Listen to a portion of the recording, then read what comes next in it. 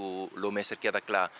para o meu quartal de outro ano, nós também tem para o meu vez tour é diferente departamento não que está atender com temática aqui junto ao de dag. Esta bureau slachtofferhulp,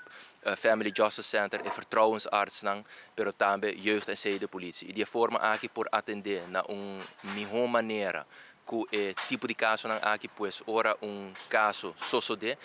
caso que te vou apresentar diante juez lota uno muito mais forte de forma também tem mais castigo por wordo duna pero de outra banda também door cobertura diferente departamento na aqui bau dak tem hobby mais atenção também para o que trata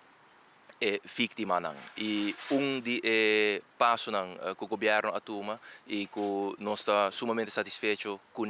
tá opleiding para o que trata tour diferente psicólogo não dentro da cadeia para ora começar a interrogar muita vítima também por ganhar assistência e guia durante a interrogação que toma lugar e promete e depois e de forma também dá mais atenção na vítima não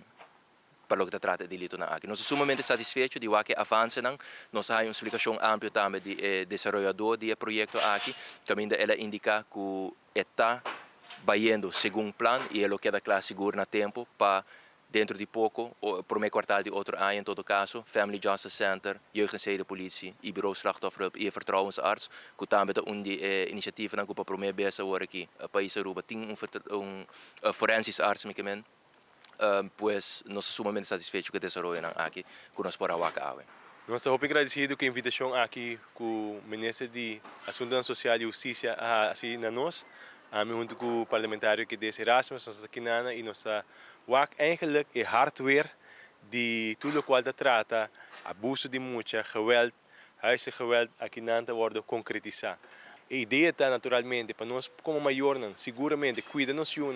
para não chegar no ponto mesmo de por word abusar, mas se acaso se toma lugar qual nós não quer, tem centro, tem grupo de profissional, tem treino na word assim, tem projeto que vai finalizar na 2024, que dá assistência, que percorra para o paquete que tem que word trabalhar, formular para por bem atender a vítima, mas também atender que acusado delante da mesa verde, ele está forte e ele percorre para ter castigo muito mais alto para o agressor. Então, nós, olha, nós estamos satisfeitos com o desenvolvimento aqui